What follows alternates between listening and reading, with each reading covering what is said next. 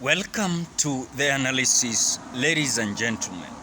Now, earlier this month, after William Ruto was sworn in as the President of the Republic of Kenya, it was reported that the status of Treasury was not appealing at all.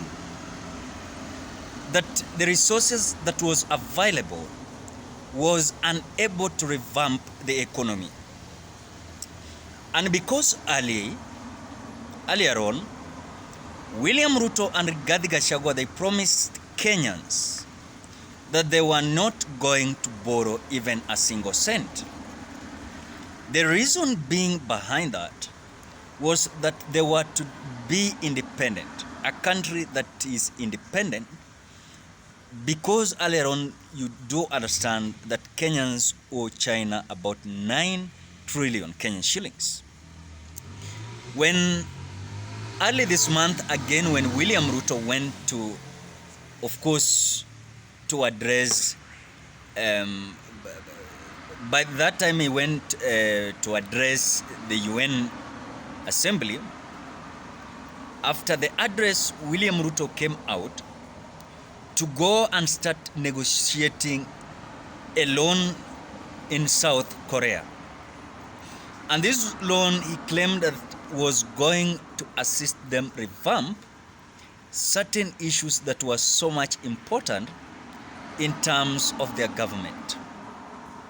One thing that I realized, because of a lot of criticism that was coming from netizens, was not appealing at all to the process that they had already put on place.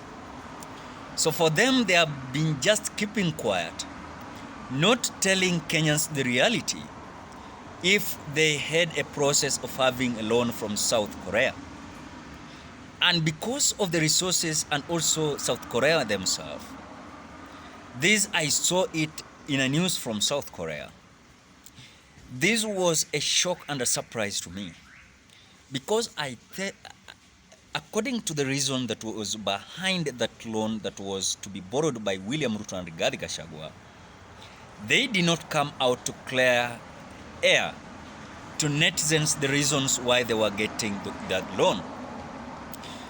Now, again last week, William Ruto, as he was referring to Kenya, that the budget was going to be taken to Parliament next month, of course this month, and of course you do understand the Parliament has started their operation, and the budget bill is going to be taken to Parliament.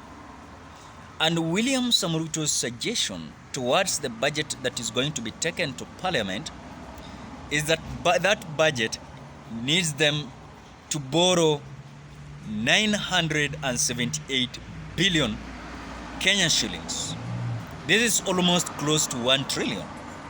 And this is going to assist them revamp at least some areas in terms of the economy as far as they are concerned. And so because William Ruto and Rigathi Gachagua, they don't want to tell us the reality. Why am I saying that? When it comes to in reality, they proposed that they were not going to take any loan from someone and from anywhere. And they were comfortable to start building the economy towards collecting the revenue that was enough for them to start boosting these mama mboga, piki people, and those kind of all those people. But when you look at the reality of the scenario, you find that they are now working against what they promised.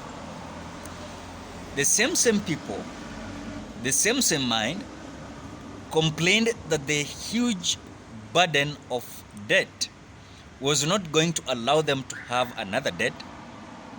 South Korea has come out to say that because of the review in terms of the collection of the revenue of the Republic of Kenya, they are not willing to give Kenya that kind of money, 973 billion Kenyan shillings, that is almost 1 trillion.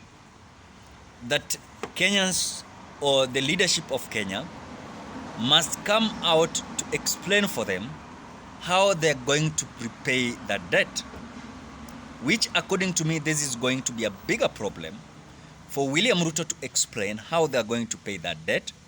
Yet China is also, we owe them about 9 trillion Kenya shillings. And in fact, when that time William Ruto was addressing people, I think it was in a certain meeting, he come out saying that the collection of the revenue, when they are looking at the scenario, is that almost 65% of the revenue collected is always used to pay debts. So it means that we always remain with 35%, which according to him is saying that that 35% is not legible for them to plan and also to revamp the economy, because there are a lot of issues. So ladies and gentlemen, I think to them to be rejected in the Middle East, where also China rejected that Kenya will not be available at the list of debt relief, Kenya is not going to benefit from that debt relief, among other countries that China came out to explain, and also Tanzania is among them. And this is how now things are going to be tougher in the Republic of Kenya, because in each of the country across the world is as if not comfortable giving this government a loan, which according to me, I don't know, which I cannot cheat explaining for that. The only thing that and information that I can give is that Kenyans are at risk, because any country is not willing to assist them anywhere. Now, that is where William Ruto and Rigathi Gachagua must act in the space to ensure that they're going to assist Kenyans to deliver that 100 days promises, which according to me so far, they have not even delivered a single promise that they promised that they're going to accomplish within 100 days.